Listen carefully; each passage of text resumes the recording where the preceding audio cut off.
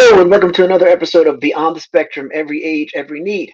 My name is Shawn Francis and I am your host. And today it is a solo journey, hoping you will enjoy the time spent with me. This show was created to touch on the things that connect the caregiving and special needs community in the very obvious ways, things like nutrition, therapists, and a variety of other things, um, therapy, but also the things that affect our community in the maybe not so obvious way. And the truth of the matter is, anything that affects the general population affects the community of us who are caregivers or parents to one with a diagnosis, a disability, or caregiving for the elderly, whatever the case might be, 10 times more so. And we're going to uh, have a series which starts today, the first of several episodes on relationships and caregiving, why relationships are important.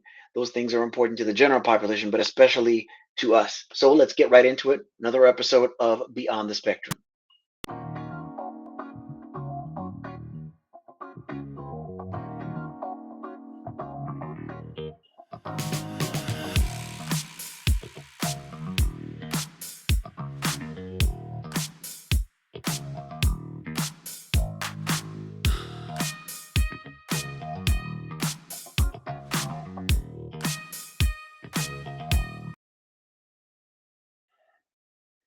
Okay, let's get right into it. Before we do, I want to thank our community partners, Billy Footwear, who are they are the makers of adaptive footwear for all.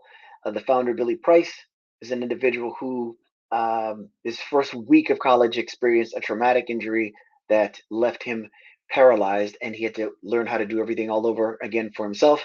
And he was able to do that with the exception of putting shoes on his feet. A prototype was created, and Billy Footwear was born. They have now sold over 1 million pairs of shoes and affected many, many lives. And if you click on the link that you will find in the show notes, you can get 10% off your final purchase. The cool thing about that is that you get that discount on top of any sales that they may have going on. And they usually do going into different seasons. And right now we're headed into summer. So, another community partner is a fantastic company. This is a newer relationship with a great company called Soul Grain. They make granola that is not only good for you but tastes great, and they have a variety of flavors. When we started this relationship, I signed up with them right away and had my shipment delivered to me and loved it. They have a ton of cool and exotic flavors, and they're based in Minneapolis. So one of the flavors is known as purple grain, and that flavor consists of oh my gosh, now I'm butchering it. I believe it is a um, I'm not sure where the purple comes from. Forgive me, but they've got banana and a mango and sweet potato pudding. There's just a bunch of different flavors, and those are our friends Lisa and Sylvia, and they are fantastic entrepreneurs. And it's a great business, great product. And if you click on the link in the show notes as well, or use the code BTS10, that is B as in boy, T as in Tom, S as in Sam 10, you will get 10% off your final purchase. So let's get right into it. So relationships are everything, and um, relationships are everything, and everything is relationships. Prior to this show, I did co-hosted a show called Just Two Dads with my good friend Brian Altunian, and a lot of that was geared towards caregiving from a dad's perspective. And we did that for 5 years, and the show grew. We both grew. I grew as well. And what I've begun to notice in that time, it's now been, gosh, almost 6 years because we're a little less than a year into Beyond the Spectrum. And the whole premise for this show, the title Beyond the Spectrum, is that there is more to the spectrum itself, um, as it relates to those that are diagnosed and those that are caring for them. And my son is, I turned 20 almost 2 weeks ago, diagnosed with autism at the age of 3. So I've been a caregiver and husband for 20 years now. And I've come to grow in my own way. One of the first things that I realized as a result of being on a podcast is that I didn't connect or identify my wife and I as caregivers. As far as I was concerned, we were just parents. When I heard the term caregiver, I was thinking of someone who is caring for an elderly individual that may have fallen and broken a hip or something of that nature. But the truth of the matter is, if you're providing care for anyone, any kind of care for someone that is unable to care for themselves, that's a caregiver. So that's very broad, right? And that was the one revelation that I had. But then the other one that I continue to have that keeps evolving is that, and I say it often, but anything that affects the general population affects the caregiving or special needs community 10 times more so. Um, Money is no exception, which is why, as a financial professional, I've shared what I've learned and covered some of those topics as well. But every time I think I know maybe all there is to know about that, something else comes up that reminds me that anything that connects the general population is twice as important to ours. And the one thing that really struck me probably about a week and a half ago is relationships. And I mean it in its totality. Because what happens is when you're caregiving, especially depending on what your situation is, depending on the diagnosis, depending on the um, level of disability and the amount of care that you have to give, you you're so busy doing that, there's a lot of things that you don't necessarily realize.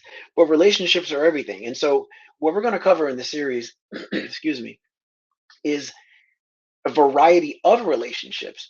And the first one that we're going to start with is the relationship with one's self. That is something that is important to any and everyone, of course, but again, 10 times more important to us. And if you go back and think about it, kind of peel the onion back, your relationship with yourself is very much tied to your identity. Who do you think you are? Who do you see yourself as? You can't give the amount that you can give, generally speaking, but especially as a caregiver, is determined by um, your I don't know. I guess I should say your strength. Um, Maybe to a certain extent, maybe even your happiness, and that's not something that you think of, right away, because in communities of color, especially in minorities, we don't always identify as caregivers because culturally speaking, you care for the elderly, you take care of your parents, and do whatever is necessary. You're so busy doing it that you may not realize. I think that applies generally speaking, but especially in minority communities. But um, a caregiver running on empty has little to give, right? Or what you have to give is completely challenged. And then the person that you are has everything to do with um, the way you respond to a diagnosis, the way that you give care, all of those things. And so, what I would add, and I guess the easiest place for me to start, is my own identity and my relationship with myself. I've shared recently that I have been diagnosed with uh, ADHD. And for me, that was, I don't know if I want to say a revelation, but it provided a lot of answers and confirmed a lot of things for me. Prior to that diagnosis, I had been doing a lot of self reflecting and, uh, for lack of a better term, trying to clean my mirror, I should say. I had this experience where on one given day, when people tell you about these markers in their life, they can usually tell you. I remember it like it was yesterday. It was on this day at this time. All I know is that it was within the last 2 months, somewhere around there. I took a look in the mirror and I realized two things at the same time, which is kind of strange but wonderful. Which is, I had this clarity as to who I am that I had never had before. Number one. Number two, I realized that that clarity had been missing almost all my life. And it was something that I wasn't consciously aware of. Here's what I mean by that. When I would look in the mirror and I'd see myself, I'm looking at myself on camera now, so maybe the podcast has something to do with my clarity too. I don't know. But I would have a disconnect between the person I feel myself to be and the person that I see. And I would think the same thing when I would see certain pictures of myself. I'm not talking about a dislike, um, self-loathing, nothing like that. But because that's not part of the equation, I think that's what made it um, difficult to identify, and I didn't know that it was there. But in an instant, in a moment, I had clarity as to who I am and the fact that there was a lack of it or a disconnect prior. And I'm 61 years of age, so that's a bit of life to go through not having that connection. I can't get into why. I don't know why that took place, but the clarity made sense. And so I had that discovery, and then through um, therapy and seeking answers, I found that I was diagnosed with ADHD, and it had everything to do with how I process things. So a lot of the conversation that I'd been um, having with guests over the years, doing the podcast and everything, I began to notice. Um, I began to get clarity on things, and I began to also identify that some of the things that my son does as a result of autism in terms of behavior, some of them that really challenge my patience, are things that I do to a lesser extent.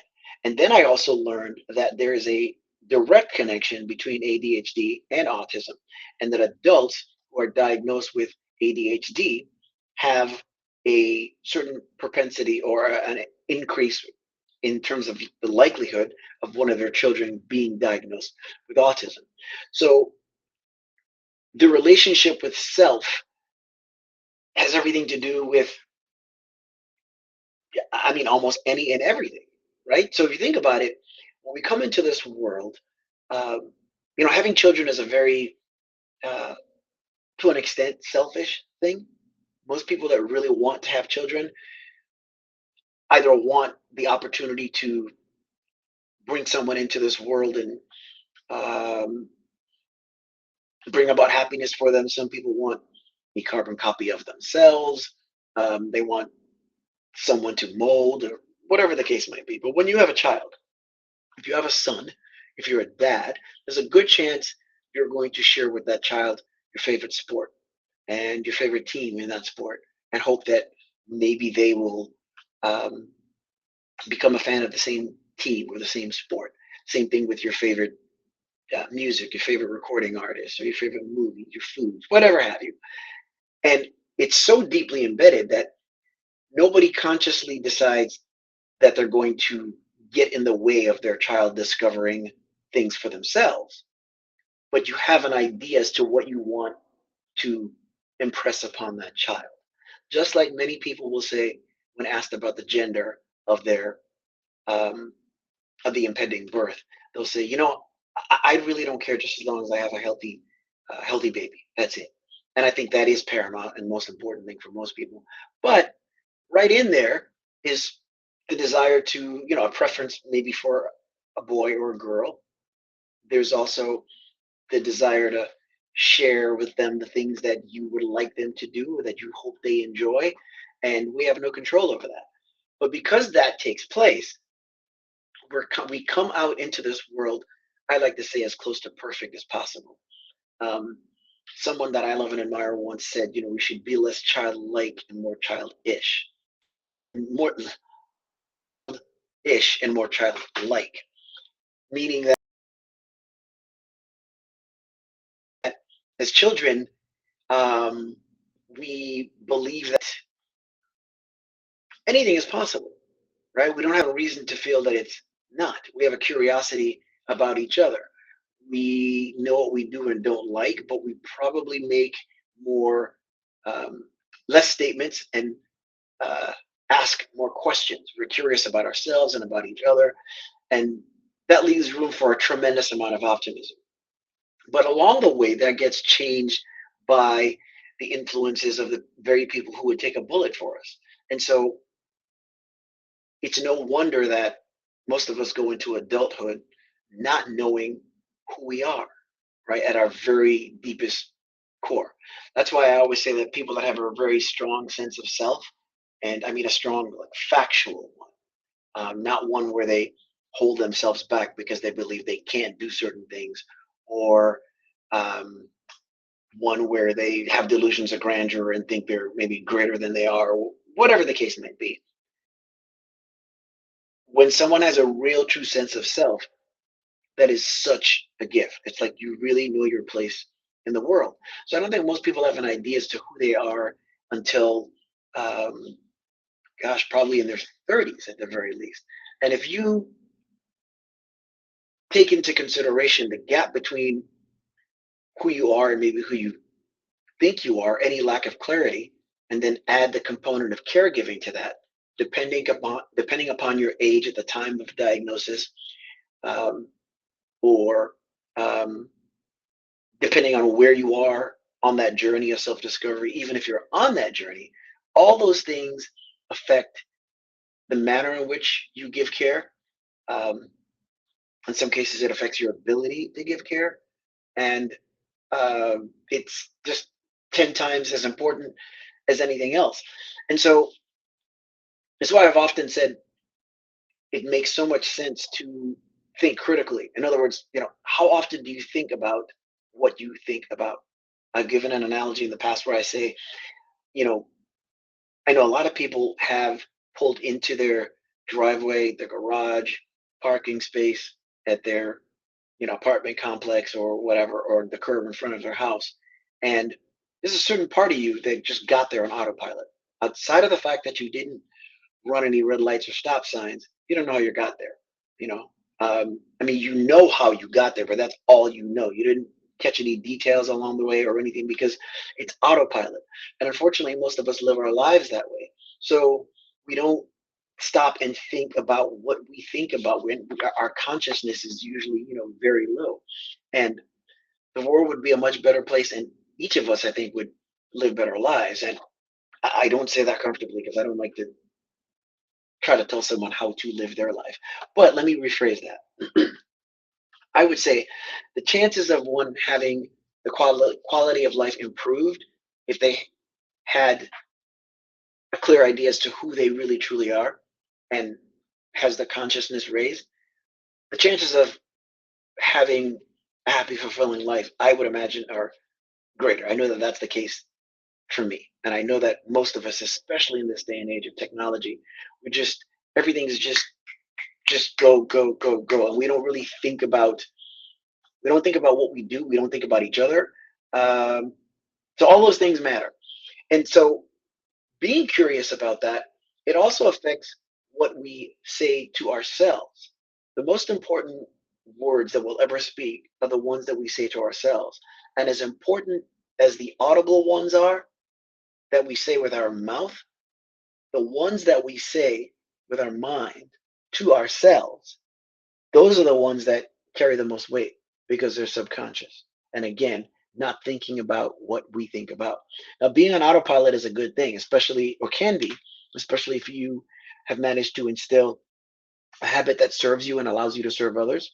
But when we just don't even think about what we're doing, it means that there's a certain amount of aimless wandering that has to take place if you think about it.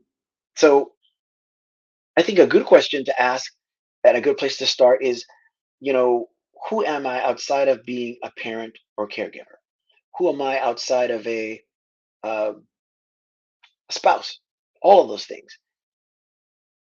You know, the other thing that's of great value is to make sure that you you start by thinking about these things, but then give yourself grace because what will happen as you begin to think about these things is you're certain to have a realization that I've had, which is that there's probably a certain amount of time and or life that may feel wasted. At the very least, there'll be thoughts of instances that remind you of time that you wish you could get back. We can't do anything about that. So the first thing to do when that happens is to give yourself some kind of grace, uh, because all you can do is what you can with the day that's in front of you. You can't do anything with the past. I should take that back. The closest you can come to going back in time is changing the value that you put on that which has happened before. So we can't change history, right? We can't change the past, but we can change the value that we put on things of the past. Say, for instance, there's something in your past that you wish you could do differently, right? You can't go back there and change it, unless you know a guy with, I don't know, some jacked up hair and a DeLorean, Doc Brown, whatever the case might be. If you don't have a time machine, you can't go back and change it. But you can change the way you perceive that which took place in the past.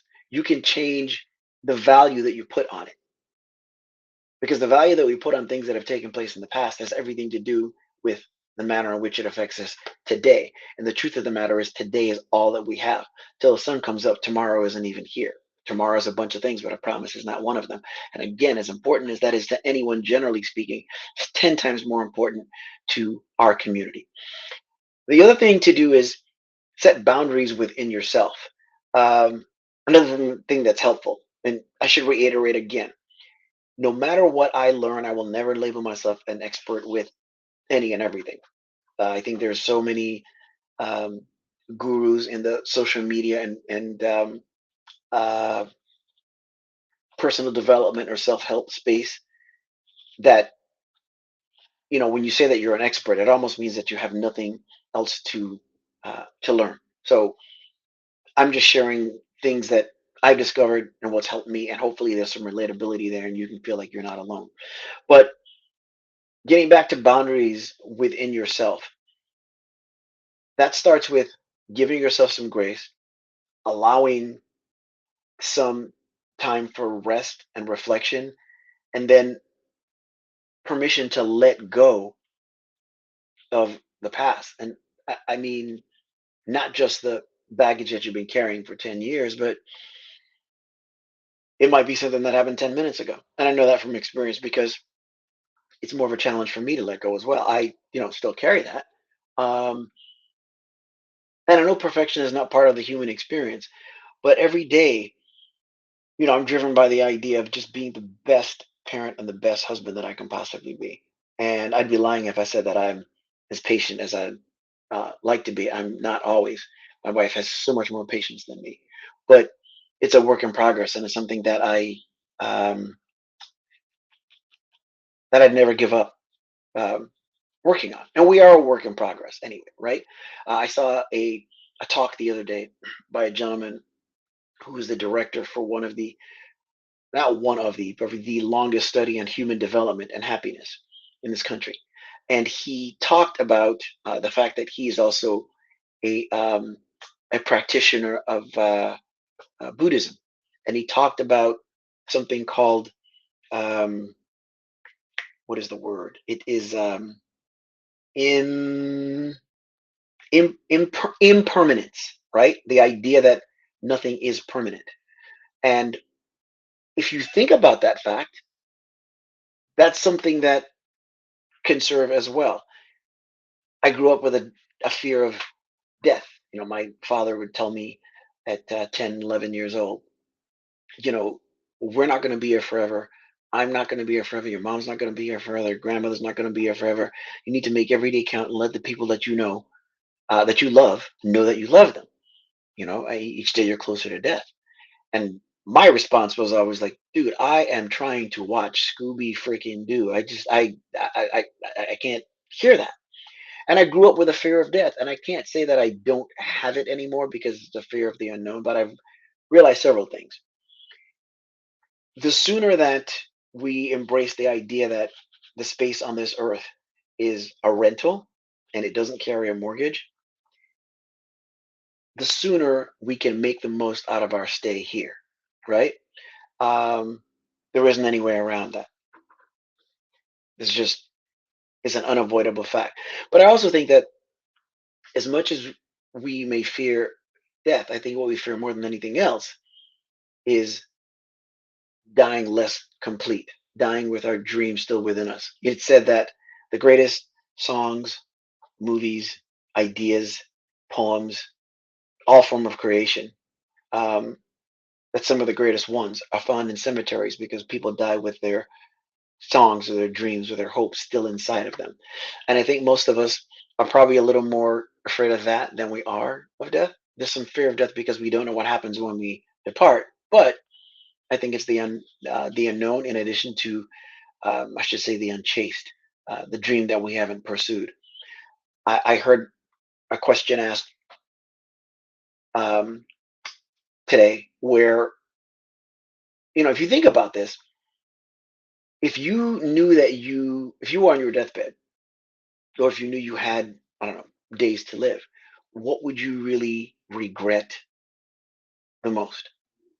And that's something to think about. But then by the same token, if as you know it, that is not the case, that's something to do something about right now. And all those things go back to and are tied to knowing ourselves. Questions like that allow one to know oneself. And you may already know the answers to those things, but there's something to be said for seeing it out loud and acknowledging what's the most uh, important thing to you. And then as a caregiver, one of the other things that's very important is to try and reframe guilt into responsibility. I don't like the idea of suppressing emotion or acting like something's not there. So let's say something takes place. I don't know. Let's take autism for example. It could apply with any disability. But let's say your child has a meltdown and you exhibit less patience than you would like. Once the meltdown is over, you're going to feel guilty. And if you have been less than patient, you should feel guilty. But it's one thing to feel guilty and to embrace it and hold on to it tight and never let it go and have it dictate the rest of your day, portion of your week, your life, whatever the case might be. It's another thing to embrace it, hold on to it and face it, take a breath and then let it go. Now, it might not be as simple as just you let it go and then that's the end of that. Maybe it takes some time to do that. Uh, but again, like everything else, a work in progress. So uh, and that's something that is easier said than done, but it's as worth it as it can be difficult. That's my estimation anyway. That's been my experience and what I've continued to learn. Um, and then the other thing is you can't sustainably care for others if your relationship with yourself is rooted in neglect. Very difficult thing to do because caregiving is a very selfless thing. But you know, a drowning person can't be helped by someone that can't swim. There's the analogy of putting your face mask on first on a plane if the oxygen masks come down, right? You can't help a person um, from weakness as much as you can from strength. So that's something that is important. It is important to make sure that we check in with ourselves, make our efforts to try and um, continue to discover who we are. And here's the thing about self discovery and the relationship with yourself, it's not, remember, I talked before about impertinence, impermanence, excuse me. Um, Evolution of self is, to say it's important is an understatement, right? So if you look at um, yourself and realize that your relationship with yourself is such that your caregiving is something that causes you to neglect yourself, again, you stop and self-reflect. That's where things like the other thing that may help. I know in many in some communities, um, in some minority communities, and for men, the idea of therapy and speaking with someone is just a foreign thing. We're not always open to that, but there's something to be said for it and giving it a shot and trying. And then when you do that, um, it's not like you find a therapist, you have a conversation, and you're locked into that person. You have to be able to feel good about who you're speaking with. And I should dial that back a bit. It's not just about feeling good. You should feel like it can be productive. And it might take two or three appointments to find that out. You don't want someone that you get along with so well that they just blow smoke and tell you the things that you want to hear. At the same time, you don't need to be sitting down with someone that's a jerk and completely berates you or that you just don't vibe with at all. But it's all a process of elimination and a matter of growth and steps. You try it as you go along. And who knows, those things don't have to take place, or something, they don't have to be something that you're locked into for a period of months or years. You grow with each one. But self reflection is important. Again, that's where these questions come in, the conversations we have with ourselves, because the conversations we have with ourselves are vital. And I know that, you know, I know you're having those conversations with yourself. Everybody is. But again, how often do you think about what it is you're saying to yourself? So self reflection is important. Journaling helps as well, especially if you're not necessarily open to therapy. Thinking about what you think about, writing that down, coming back to reflect, and it allows you to go back and review the way you handle um, certain things, certain situations. And I know for me, a lot of that has to do with, gosh, it might not always be a meltdown. It might be just the way I respond to something that my son says at a given time, something that he says or does. And it's one thing to feel guilty, but when as a parent you feel like you've given your child something less than what they need or not enough of it, that's a real crappy feeling. You know, it really is. And I have and continue to evolve with how I deal with those feelings when those moments come about. And again, you can't do anything about what has taken place before. The closest you can come to doing anything about that is examining the value that you put upon that moment or that feeling long after it's happened. And,